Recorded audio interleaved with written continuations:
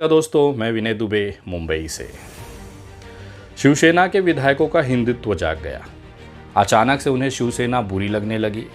उद्धव ठाकरे जी जो खुद बाला साहब ठाकरे के पुत्र हैं, उनके अंदर इन्हें खोट नजर आने लगी।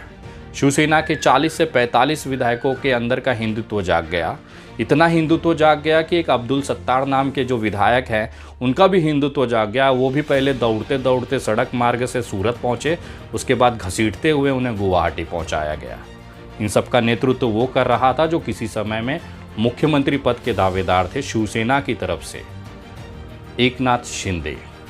ये वो नाम है जिसको खुद उद्धव ठाकरे जी ने आगे किया था महाराष्ट्र के मुख्यमंत्री के तौर पर। इतना विश्वास उद्धव ठाकरे जी एकनाथ शिंदे पर करते थे। लेकिन एकनाथ शिंदे जी का आज जो बगावत हुआ है, जो बागी तेवर उन्होंने अपनाया है, उनके अंदर का जो हिंदुत्व जाग गया है, वो ऐसे ही नहीं जागा है। उसके पीछे एक कारण है जो कोई भी न्यूज़ चैनल नहीं दिखा रहा है। अगले 2 से 3 मिनटों में आप जानेंगे कि अचानक से इन विधायकों का हिंदुत्व कैसे जागा है और उसके पीछे कारण क्या है। आज उद्धव ठाकरे को गालियां क्यों दी जा रही हैं इनकी तरफ से, और क्यों महाराष्ट्र में सरकार गिराने की नौबत आई है। बहुत छोटे में शुरू करना चाहूँगा। 2019 से पहले भारतीय जनता पार्टी शिवसेना की सरकार थी। उस समय जो विधायक, जो मंत्री रहे हैं, उन्होंने अपार संपत्तियां बनाई। जनता को लूट लूट कर जिस तरह से भी उनको मौका मिला उन्होंने लूटा और अपार संपत्तियां अपने आने वाली 4 से 7 पीढ़ियों, 10 पीढ़ियों के लिए उन्होंने तैयार करके छोड़ दिया। 2019 में एक अप्राकृतिक गठबंधन बनाया गया जिसमें कांग्रेस, शिवसेना और राष्ट्रवादी कांग्रेस, जो अपोजिट विचारधारा की पार्टियां थी, उन्होंने एक साथ आकर भाजपा को रोकने के लिए सरकार बनाई। यहीं से असली मुसीबत शुरू होती है। जब भारतीय जनता पार्टी को लगता है कि वो लड़ाई जीत नहीं सकते, तो आप जानते हैं वो जो सरकारी यंत्रणाएं हैं, चाहे वो इनकम टैक्स हो, चाहे वो इन्फोर्समेंट डिपार्टमेंट हो, ईडी हो, चाहे अन्य विभाग हो, उसका वो इस्तेमाल भरपूर तरीके से करती है ताकि विधायकों को परेशान करके अपनी तरफ लाया जाए। यही कारण है कि भारतीय जनता पार्टी के करीबन 90% विधायक और सांसद जो हैं वो दूसरे पार्टियों से हैं। क्योंकि ये विधायक और सांसदों ने जब अपने मंत्री रहते, विधायक रहते, सांसद रहते अकूत संपत्तियां हाजिर की, चोरी की, उस चोरी का हिसाब जब सरकारी यंत्रणाएं लेने लगी, ईडी लेने लगी, इनकम टैक्स लेने लगी, तो इस फाइल को दबाने के लिए केवल एक रास्ता होता था कि आप भारतीय जनता पार्टी ज्वाइन कर लीजिए। आज जो शिवसेना के बागी विधायक निकले हैं, उसके पीछे भी यही एकमात्र कारण है। उसका सबूत आप देखने जा रहे हैं आपके स्क्रीन पर। एकनाथ शिंदे जी नंबर 2 थे शिवसेना में।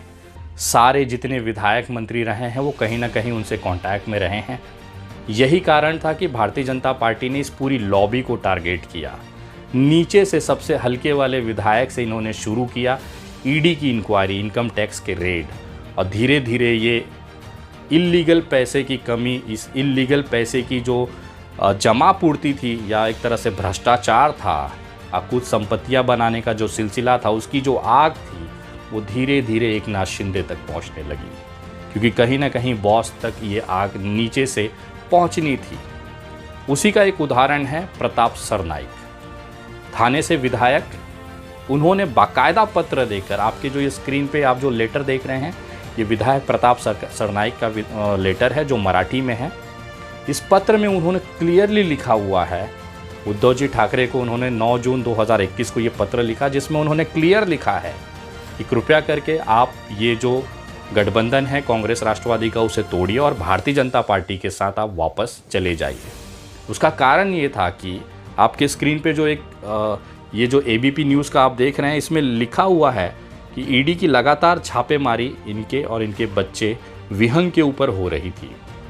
150 करोड़ के आसपास का जो रिकॉर्ड एबीपी न्यूज़ के माध्यम से पता चला है कि 150 करोड़ के आसपास का अवैध मनी लॉन्ड्रिंग आप कह सकते हैं, जो पैसा जमा किया गया है, जो रिकॉर्ड पे मिला है, उसके लिए इंक्वायरी इनके ऊपर हो रही थी। जिससे ये परेशान होकर उद्धव जी को मैसेज, उन्होंने पत्र लिखा कि आप इस गठबंधन को तोड़कर भारतीय जनता पार्टी के साथ जाइए। यही दूसरे एक विधायक जो आज गुवाहाटी में बैठे हैं, यामिनी जाधव करके, जो यशवंत जाधव की पत्नी हैं। ये कभी महापौर और बीएमसी के बड़े नेता हुआ करते थे। यामिनी जाधव भी आज एकनाथ गुट में है क्योंकि इनके ऊपर भी इनकम टैक्स की रेड पड़ी थी। इनको इतना दबाव बनाया गया, ये भाग के जितने भी विधायकों के ऊपर रेड पड़ी, इनकम टैक्स की रेड पड़ी है, ईडी की रेड पड़ी है, तुरंत भाग के जाते उद्धव ठाकरे के पास। उद्धव ठाकरे जी कहते कि नहीं, ये गलत है, जनता के पैसे का आपने लूटा है तो उसका हिसाब आप जनता को ही दीजिए, इसमें मैं आपकी कोई मदद नहीं कर सकता। ये इस तरह का जो एक डिसीजन था उद्धव ठाकरे का, यहीं से विधायकों की नाराज़गी शुरू होती है। ईडी और इनकम टैक्स की आंच धीरे धीरे एकनाथ शिंदे तक चली गई। नेशनल हेराल्ड की ये जो न्यूज़ आप देख रहे हैं, इसमें इन्होंने बाकायदा विश्लेषण किया है कि ईडी और इनकम टैक्स की डर की वजह से एकनाथ शिंदे को मजबूर होना पड़ा इन विधायकों को लेकर सूरत और उसके बाद गुवाहाटी भागने के लिए। इनके अंदर का कोई हिंदुत्व या फिर ऐसी कोई प्रतिष्ठा या निष्ठा नहीं जागी है। ये अपने कमाए हुए उन अवैध काले पैसों को सुरक्षित रखना चाहते हैं, जेल से जाने से बचना चाहते हैं। उसका ही एक बड़ा कारण ये रहा है कि इन नेताओं को भागना पड़ा महाराष्ट्र छोड़कर। ये वो नेता हैं जो कहते थे कि हम जहां खड़े होते हैं सरकार वहीं से अड़ेगी। ये नेताओं को हमने सूरत भागते हुए देखा, गुजरात पुलिस इनको घसीटते हुए जहाज़ों में डालते हमने देखा, गुवाहाटी में एक छोटे से होटल में बैठ के दुबके हुए हमने देखा। ये वही नेता विधायक सांसद हैं जो आज बगावत कर रहे हैं, क्योंकि उसके पीछे कारण है कि अगर वो बगावत ना करें तो भारतीय जनता पार्टी की जो केंद्रीय यंत्रणाएं हैं वो इनको तबाह कर देगी। इनके जितने कमाए हुए अवैध काले पैसे हैं उसे जब्त कर लेगी, इन्हें जेल में डाल देगी। तो कौन जेल में जाना चाहता है? उद्धव जी की गलती केवल इतनी थी कि इनके जो काले कारनामे थे, इनके जो भ्रष्टाचार थे, उसमें उन्होंने इनका साथ नहीं दिया। तो ये हकीकत कोई भी न्यूज़ चैनल क्यों नहीं दिखा रहा है? मेरा आपसे इतना ही एक अनुरोध है, चाहे सरकार भारतीय जनता पार्टी की बने, चाहे एकनाथ शिंदे जी मुख्यमंत्री बने, चाहे केंद्रीय मंत्री बने, 3 जुलाई तक भारतीय जनता पार्टी का टारगेट है कि महाराष्ट्र में सरकार स्थापित हो। एकनाथ शिंदे जी को 2 सीटें केंद्रीय मंत्रालय में देने का ऑफर किया गया है भारतीय जनता पार्टी द्वारा। 10 के आसपास राज्य मंत्री महाराष्ट्र में दे रहे हैं। 5 से 6 या 8 कैबिनेट मिनिस्ट्री महाराष्ट्र में भारतीय जनता पार्टी ने इनको ऑफ़र किया है। तो मैं ये जानता हूँ कि लालच सबसे बड़ी है। काले पैसे, जनता के पैसे से जो इस तरह से उन्होंने भ्रष्टाचार किया है, उसे बचने के लिए वो भाजपा के वॉशिंग मशीन में जाएंगे और वहाँ से सारी चीज़ें क्लीन चिट होते हुए अपने आप सरकार में सफ़ेद कॉलर, वाइट कॉलर बनकर मंत्री बनकर बैठेंगे। लेकिन कहीं ना कहीं इस बीच में उस जनता को ये सोचना चाहिए कि क्या ऐसे लोगों को आप फिर से मतदान करेंगे जिन्होंने करोड़ों रुपए आपके टैक्स के पैसे से चोरी किए, जिनके ऊपर ईडी और इनकम टैक्स की रेड चल रही है। बस ये भारतीय जनता पार्टी में जाते हैं इनको पूरा क्लीन चिट मिल जाएगा। ये ठीक वैसे ही था जैसे 2019 की वो सुबह, वो भोर, जब अजीत दादा पवार साहब और देवेंद्र फडणवीस जी शपथ ग्रहण कर लेते हैं, उसके 2 दिन के बाद ही 70,000 करोड़ के घोटाले की जो फाइल थी एंटी करप्शन ब्यूरो में, वो रद्द कर दी जाती, क्लीन चिट कर दी जाती है। यही कुछ होने वाला है इन विधायकों के साथ। इनके जितनी भी काली करतूतें, काली कमाइयाँ हैं, वो सब माफ़ हो जाएंगी जैसे ही ये भारतीय जनता पार्टी की सरकार में चले आएंगे। यही हकीकत है महाराष्ट्र की, और यही एक कारण है जिसमें उद्धव ठाकरे जी ने इन विधायकों का साथ नहीं दिया। और यही नाराज़गी थी कि अपने करोड़ों रुपए के काले पैसे अंबार को बचाने के लिए इनका अचानक से हिंदुत्व जाग गया। फैसला आपको करना है कि यहाँ पर कौन सही है, कौन गलत है। 2.5 साल सरकार की राज में मंत्री रहते हुए सरकार की सारी फैसिलिटीज़ का आपने इस्तेमाल किया। अचानक से आपके अंदर का हिंदुत्व जो गया, आप उसी के बंदे के ऊपर आप आरोप लगाने गए जिसने आपको इस पद तक पहुंचाया।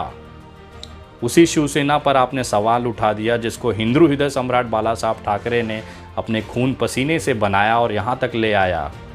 आप जश्न मना सकते हैं उस इंसान की निराशा पर, हताशा पर, लेकिन यकीन मानिए ये देश, ये जनता सब देख रही है।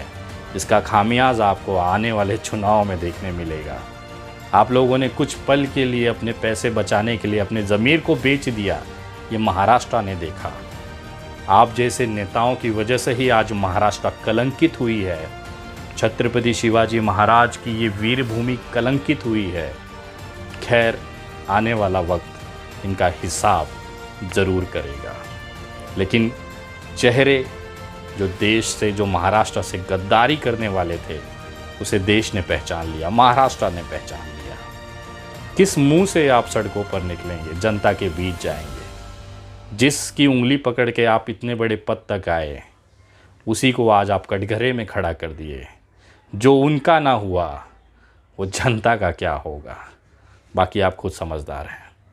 जय हिंद, जय महाराष्ट्र।